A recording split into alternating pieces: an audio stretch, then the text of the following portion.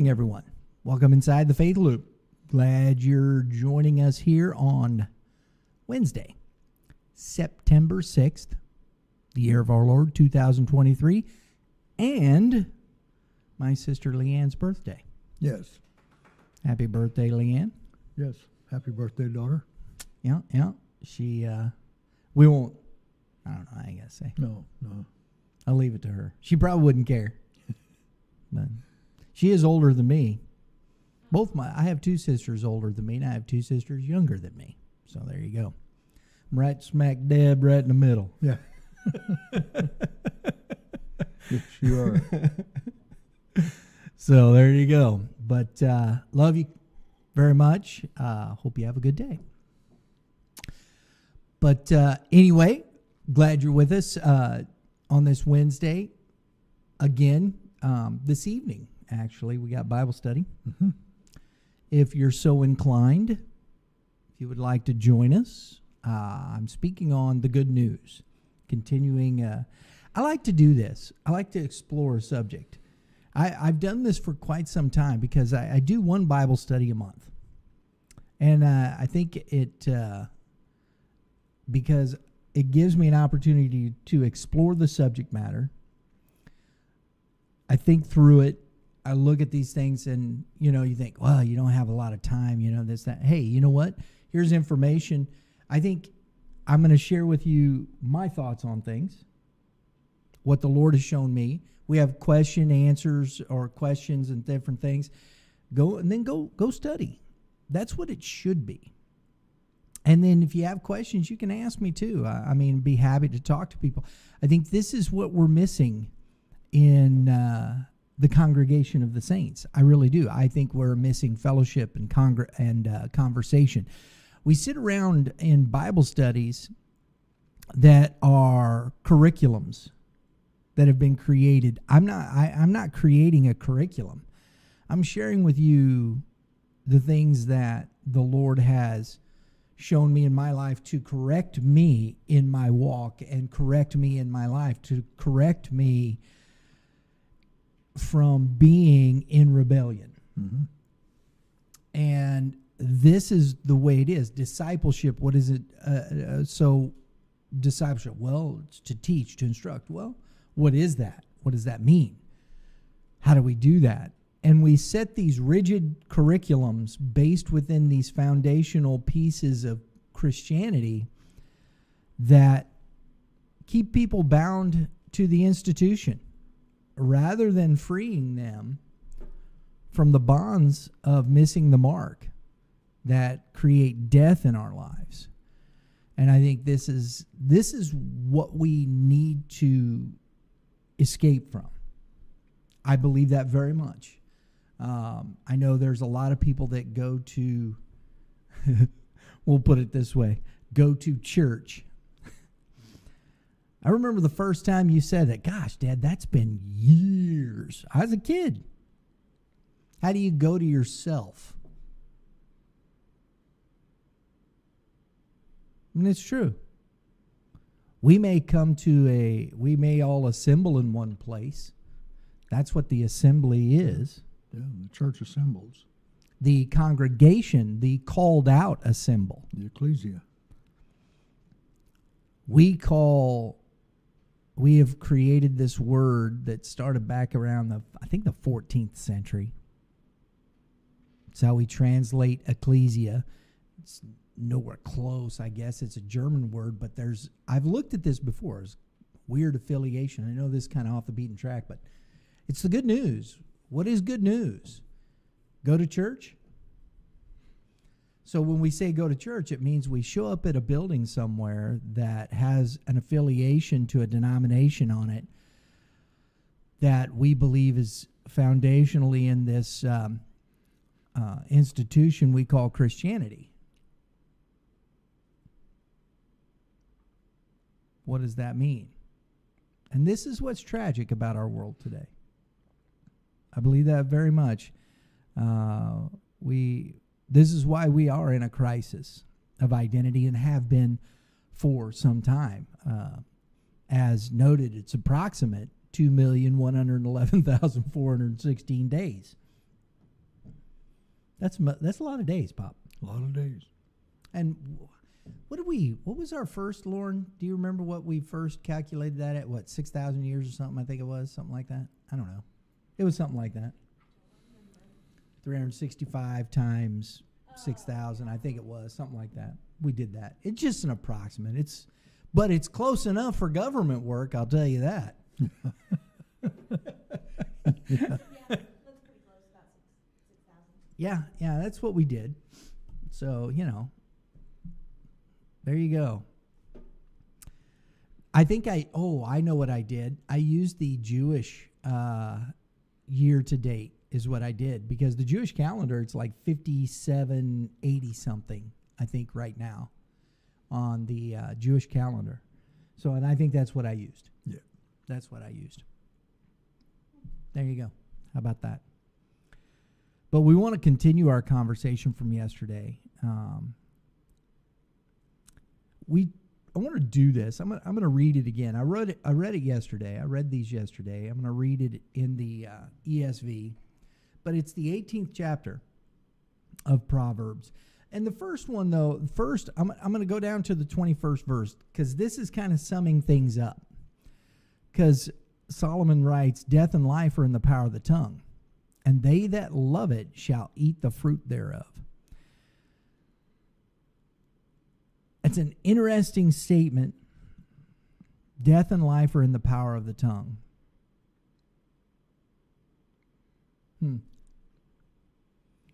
He starts off these Proverbs, and he says, "Whoever isolates himself seeks his own desire. He breaks out against all sound judgment." A fool, I should read it this way, a foolishly confident person. And what does that mean? Your confidence is in the wrong things. We have a lot of that. There's a lot of confident people. And here's the thing. We think that they're just a fool, they're stupid and whatnot. Well, what is stupidity? That doesn't make you unintelligent. I've met a lot of people, intelligent people, that make bad decisions, that do stupid things. We equate too much with unintelligence. What is intelligence? What is the intellect? It's just knowledge. What do you know? What do you understand? What do you discern? And here he says, a foolishly confident person takes no pleasure in understanding. So that meets that criteria, doesn't it? Sure. Because he takes no pleasure in understanding what he knows. That's it, baby. And we have a lot of that. You've said for years, people, especially in Pentecostal Christianity, I'm ignorant. And that, by golly, I just live by faith. Yeah, proud they're ignorant. Yes. And that's I just live by faith. Well, what are you convinced of? Because the word faith means to be persuaded, to be convinced of. My first pastor called frankincense Frankenstein. We like fell out of our chair laughing. Couldn't help it. And think about that. Here you are. This is a man that you're supposed to be listening to, and you're laughing at him. Yep. That doesn't make sense to me. Of course, we thought at that time, we just thought it was a faux pas, Yeah, I understand. But later on, we found out, no. He takes no pleasure in understanding, but only in expressing his opinion. You know what opinions are like, and we won't go there. Everybody has one. Yep. Just saying. There's one thing that is interesting in what he says there. Death and life are in the power of the tongue, right? Right, Pop. What's that mean? What do you mean death and life are in the power of the tongue? Well, it can mean a couple of things. Like Solomon, he's a king. He could pronounce you dead. you know, Sure could. or pronounce you alive if you Mhm. stood before him accused of something. Correct. But also, if you take that into our day and time, and after Jesus came, what's it say? Whosoever confesses me before men. Well, unless we confess the truth, that's in the power of our tongue. Right. We have to choose it. Choose life. We have to choose it. We have to confess it. We have to speak it. We have to say it. Mm-hmm. And not only that, stand by it. Live it. Well, if you confess something, and this is, I think, it's to your point, what he's saying in here. A foolishly confident person takes no pleasure in understanding. Right. Well, what are you confessing? Do you actually believe it? Do you Right. understand it? What do you understand about what you're confessing? So I think it's very relevant, and it goes to those things. Yeah. Absolutely.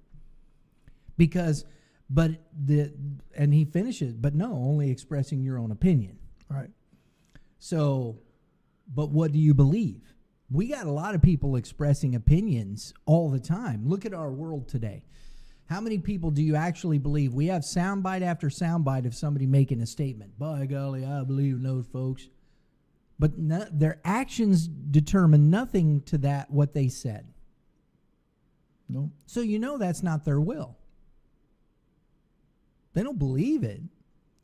And this is exactly what Solomon is pointing to. When wickedness comes, contempt comes also. And with dishonor comes disgrace. Contempt. Wickedness comes. What is wickedness? We think of people in a big hickey party, drinking and orgies and things of that nature, not try to be too crude, but this is our first thought process to Yep. this. But what is wickedness?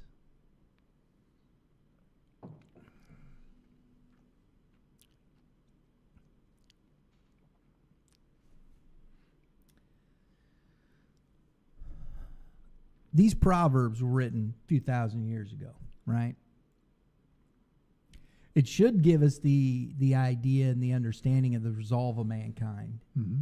about his current state of, its current state of rebellion. We lift people up.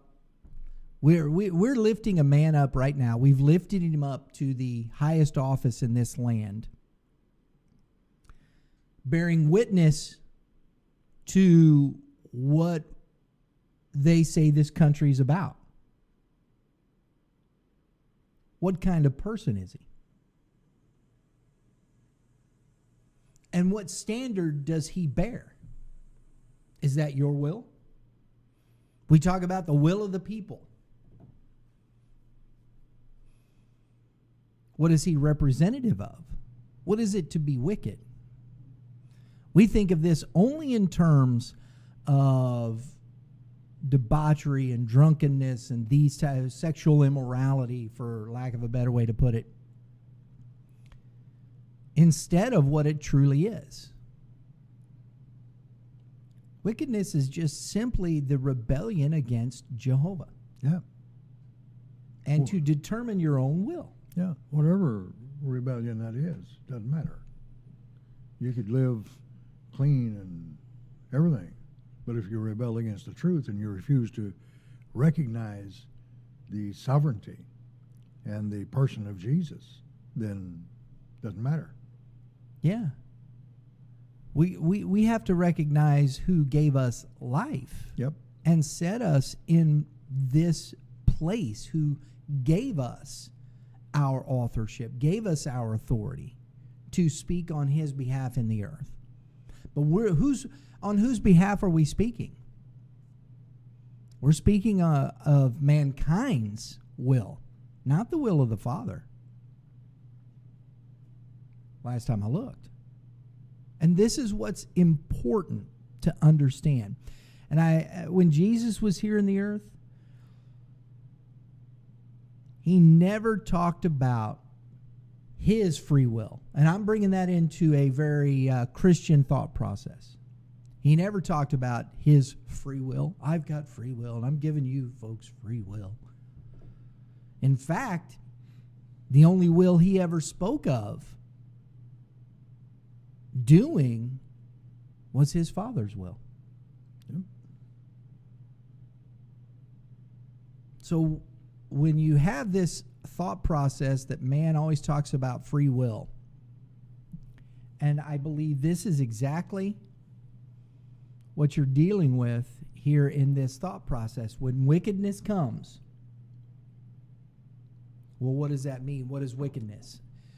Put away the resulting actions from wickedness and just understand wickedness to determine your own idea of existence. When the determination of your own existence comes, contempt comes also. And with dishonor comes disgrace. And it did. See, we talk about people shaming other people and whatnot today, but do you know what the word shame means? To be guilty. You have no shame, you have no guilt. We'd say that to somebody who's done something wrong, don't we? Don't you have any shame? Yep. No, they don't. All you got to do is look around.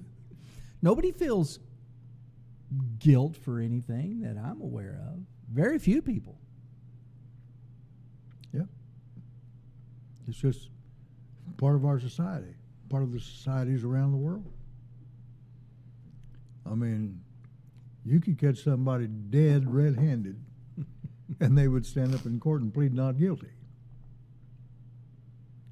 I mean, they'll confess and then go to court and try to get the confession thrown out because it was under duress. Under duress.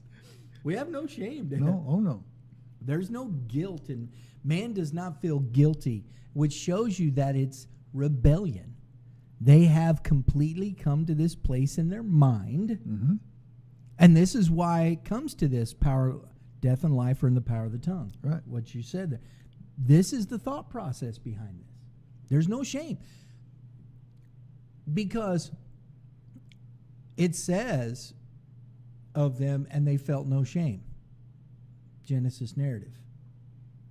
There was nothing guilty about anything. There was no, but once they tasted of another will, another determination in their mind to define existence within their own construct, shame came. Yeah, and you know, when the Lord found them in the garden, they were hiding. They said because they were naked. Okay. I think that goes deeper than just that. I think they were afraid because they were guilty. They knew they were guilty. And what was the punishment of that? Yeah. Death. Yeah. Wouldn't you hide? Yeah. And that's why they were hiding. You know, naked can mean a lot of things. It can mean without clothing, but it can also mean your life is open before the world. It can mean a lot of things that way. Yeah, So absolutely, yeah. they were hiding. They didn't want him to find them. Where are you? And who told you? I think that's something we don't explore very often, Dad. No. Because the guilt of that, they knew. She told the beast, yeah, we can't do that. He did say Yeah. that in the day that we eat of this, we will surely die. So they understood the consequence of the action. Oh, yeah. They knew. And we only think they were hiding because they didn't have any clothes on. No, they knew the consequence of their action. Yeah, because they were told in the day that you eat this, you will surely die. So they knew. Well, eventually they would die. That's what, no, in the day. I believe this very much. That's the day. In this day. All right. We have a Father, though, that is about life. And I believe that because of the fact that they weren't the antagonists or the progenitors of the rebellion, although they partook in it and Jehovah suspended the sentence in hope, in an expectation to rehabilitate, to reconcile his son to him. And eventually, through Jesus, that's what happened. Yeah, exactly. And I think this is the nature of these things. And if we understand them properly, we can see and understand the whole nature of the narrative that has come since. Yeah. And the correction in that. Yeah. You know, if we'd quit treating Genesis like a fairy tale and really get into it and understand it, I wrote 2 pamphlets on it. The Genesis narrative is one. And if you go actually study what was said there, what is being said in Hebrew, in the ancient tongue, you'll find a very different idea about things. We just think they were just, tripping through the tulips out there and just having a great time. And, that there's these 2 trees they couldn't get around, couldn't touch or nothing. Couldn't eat nothing off of them and stuff, because if you eat that apple, something bad going to happen. If you eat the other one, you can live forever. Now, wait a minute. How ignorant would you have to be? You got the tree of life sitting there, of which the Lord did not tell them they couldn't eat. He didn't tell them they couldn't eat of the tree of life, did he? Read that to me. Find it. He said, of this tree you won't eat. Of the tree of the knowledge of good and evil, you won't eat that. Okay, what's he talking about? Well, if you look at the word tree in ancient Hebrew, it's counsel. What are you listening to? What are you being counseled? Right. Here's life over here. All you have to do, in other words, all you have to do is stay in the garden and eat what the Lord is telling you. Because Jehovah came every day in the cool of the day and talked with Adam. He was instructing his son. Yeah. The power of death and life are what? In the tongue. In the tongue. And Jehovah was giving him life. And they that love it shall eat the fruit thereof. Yeah. So what fruit? How do we use the term fruit today? We can say, well, that's the fruits of your labor. Mm-hmm. Well, it could be anything. Yeah. Well, it's just the produce in the field. No, it isn't. Mm-mm. The fruits of your labor could be a new car, a new home.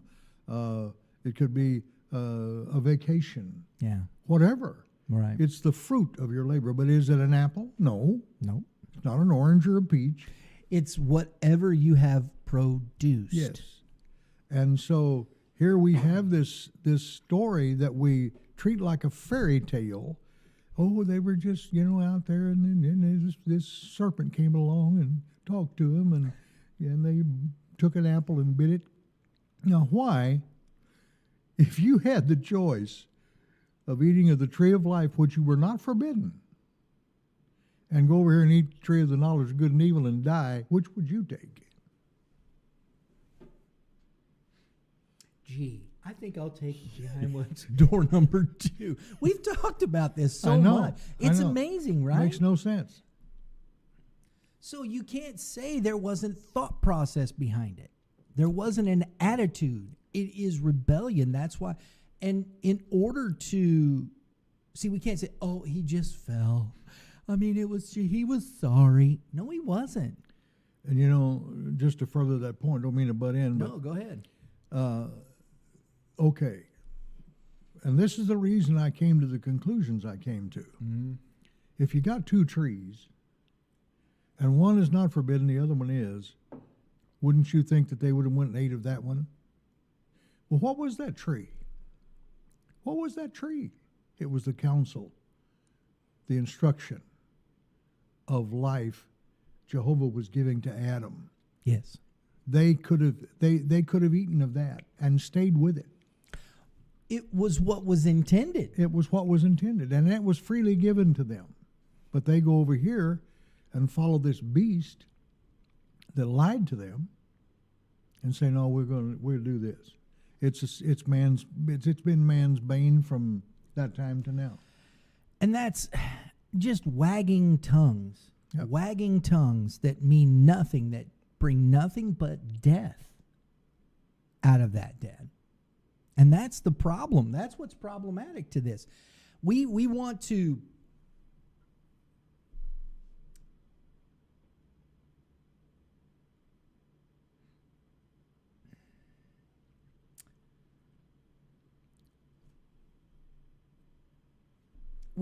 continually excuse ourselves. Yep. And there's no excuse. Free will. See, well, God gave him free will. To do what? To do what? I thought there was only one will. There is that will of Jehovah. Well, God has a will for each man. Yeah, it's the same one. It's the same determination. The word will just means what has been determined. What has been determined for man to live in the image and likeness of Jehovah. That's the will of the Father. This is what Jesus came to show us. But all these wagging tongues are going to decide for you death and life. We'll show you, man. I'll tell you, we're going to make this economy. We're going to make America great again. Well, what has made it great? Do you know the history of this country?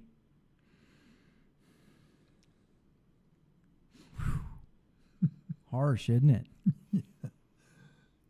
These people that are standing in the offices of that's why we got to get them out. We're going to get somebody as good.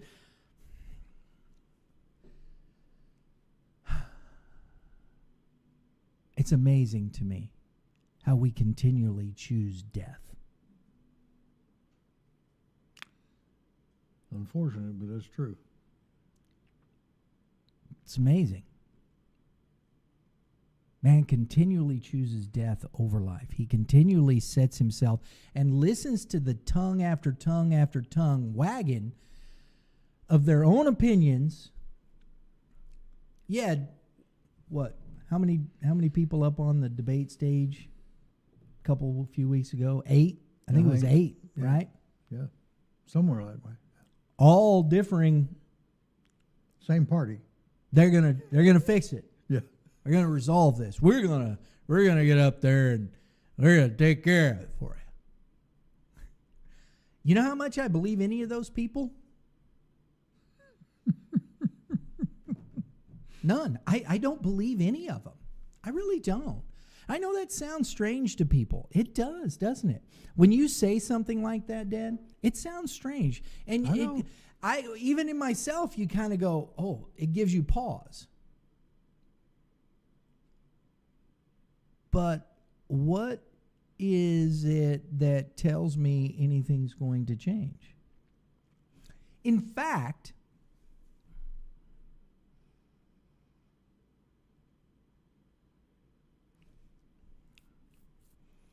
when I read the biblical narrative, the rebellion stands out more and more. Because I ask, the only thing, when you read these Proverbs, when you read the Genesis narrative as you outline, and you said it, why do men continue to choose death? Yeah. That's the question. Yep. We're deciding life and death. Well, we're going to find life. How? Everybody's still dying. What is life then? What is life? How do we define life? Is this life? Isn't this beautiful?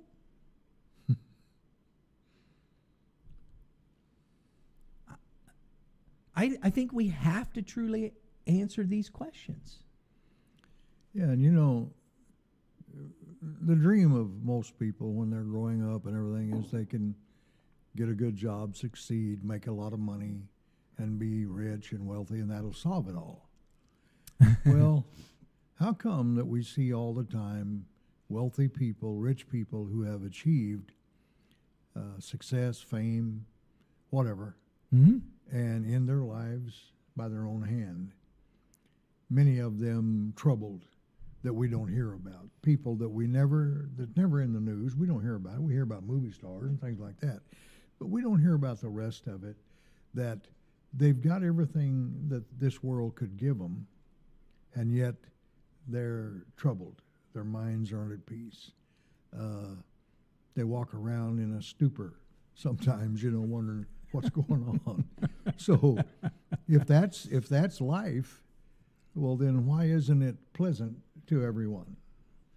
And Dad, I'm gonna say this very, very plainly. This is as blunt as I can make it, because I've just decided that's what I'm going to be.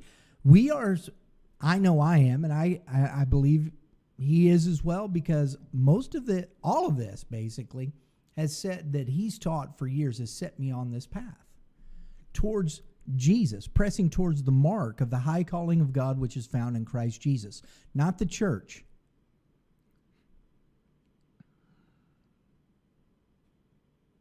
Which is where we press towards in our world today. Yep. But we're speaking purely from an existential viewpoint. Now, when you hear that word existential, everybody goes, oh, that's man's philosophy. No, it's not. It just means an understanding of existence. Existential. Hence the word existence. That's all it means. We're speaking from an existential viewpoint. How do we exist? And this is what man has asked for thousands of years. Well, we have the answer. Jesus came and brought it. We have a tendency, well, not just a tendency, this is what we do. When talking about the Creator, to place him into a Judeo, Christian, Muslim, Hindu, or any other form of faith that we have defined in this world. And that's how we set things in motion. Rather than just looking at it from a purely existential thought process from what the Creator gave us, and live according to that, and stop putting names on it. In fact, Jesus just said, I'm the way, the truth, and the life. So are we calling ourselves the way, the truth, and the life now? I remember that's what the one organization, the Door, Calvary Chapel, whatever else I can think of, I don't know. Rolling Rock, Big Tree, Checkpoint Way. I mean, what about you? I came that you might have life, and that more abundantly. And then I've seen it on the buildings, abundantlife.com. It's what are we doing? I know people go, well, you have the faith loop. Yeah, we call it the faith loop. We do. And that's not the important part of it. We put it out there so people can know where we're at, what we do, how we do. And if you understand what the faith loop is about, it's about that, what we are persuaded of. I truly am persuaded. It's an existential viewpoint, because we have to live by faith. And our faith is, we are fully persuaded that Jesus is that mark that was set in this world to show us the way to the Father, that is the truth of existence in the way we were created in mind, breath, and body. And when I say breath, I should say character, our conduct, those three things that determine life. That's what we believe. Yep. That's what we're convinced of. That's our faith. And that is, within that construct, we set ourselves to go. I don't believe in the institutions that we've created and placed names on, whether it's Judaism, Christianity, Muslim, Hindu, all of those. I don't. I believe that Jesus is the way and how we live. That is my will. It's the will of my Father. And you know, naming something is not what's important. I mean, we do, as Brian said, we name things, we put out something so people know what we are, recognize who we are, and so forth. But beyond that name, what are they saying? What are they teaching? What do they preach? So What's in a name? Yeah, what's in a name? So, you know, you can name a lot of things, and the reason we call it the faith loop is give love, give life, give Jesus, and that's what we believe in doing. Yeah, we give our faith, It's an expression. The name is just an expression of what we do. what we believe. So, Yeah. you know, I don't pay much attention to names until I listen to what they're saying, the people carrying that name. Then I make a determination on whether I want to fellowship with it or not. Well, Dad, to your point, and I believe this is what we do. I mean, you know, we say, welcome inside the faith loop. Well, what is that loop? What we're persuaded of. I'm not going to sit around and say, well, you should follow the faith loop, follow the faith. No, follow Jesus. And I'll express, and we sit and talk about these things and express who we are and what we are as people. That's our loop. That's the loop I'm in. Yeah. And that's my faith. So that loop is continual. It's not something that has an end or whatnot. It's just the continual existence day by day that I live according to the truth. Yeah. That's my faith. That isn't a waypoint. It isn't a checkpoint. It isn't Lutheranism. It isn't Calvinism. It isn't Pentecostalism. It isn't Catholicism. It's not any of those. It's just faith. It's what I'm persuaded of. Yeah, we're not asking people to follow us. No. Follow Jesus. We're pointing you to Him. And that's the way it should be, right? Absolutely. Go find Jesus. And this is what I've been taught my whole life. Look, go look for yourself. Yep. You have to go and develop your understanding of how you relate to these things. Yeah. Relationship is a matter that says, how do I relate to the one who created me? And if I can't do that, how do I understand how to live? That's a whole nother big topic we'll get into. Yeah. Yeah. True. It is, isn't it? It is. And, you know, so we do these things to give ourselves the freedom to exist and live according to our own will. That's what happens. Well, you know, I found out as far as free will. Yes. I found out years ago in my own life that I wasn't a go-between between the congregation and the Lord. I was just a pastor, teacher, evangelist, or whatever. But I wasn't a go-between. I was simply preaching to tell them where they could go to. By Go your to own the Lord. experience, right? Yeah, go where I go. Go to Him. Yeah. I'm not a priest. I can't stand up and make atonement for you. I can't give you some juice and a cracker and say you're okay now. Don't worry about it. You don't have to come and confess to me. Confess to the Lord. Tell Him. He's the one that's got to forgive. I can't forgive you. I can forgive in my own, but I can't forgive that way. I can't forgive you into the kingdom. That's between you and the Lord. That's about repentance anyway. Yes, it's about repentance. Go to the Lord. Find out for yourself. Live your life. This is an everyday process. It isn't Sunday. It isn't a Wednesday. It isn't once a year, twice a year on Christmas and Easter. It's not, those things. That isn't it. This is an everyday life, an everyday experience, an everyday learning, an everyday growth of continuing to learn and know Him. Because, friend, you can't come to the end of the knowledge of the Lord. And so we can continually learn. Just look out into the sky. Yeah. Just look up. Look up. You can, you can go in a straight line forever and never come to the end of it. It's what they say. Yeah. There's no end to it. There's no walls out there. So, But explain that. and that's vast. But understand, we were created for the earth. Yes. This was what Jehovah set for us. So let's be responsible to that. Let's first take care of the will of our Father, and then the rest, it'll come in due time. Let's worry about that. Yep. Any comments, Papa? Oh. Just some howdies and Yeah, howdy just some hellos and stuff. And, Well, good. my wife, she said, but they went ahead and they listened to the wrong counsel and Yeah. believed what was said, that they wouldn't die. Yep. And they did.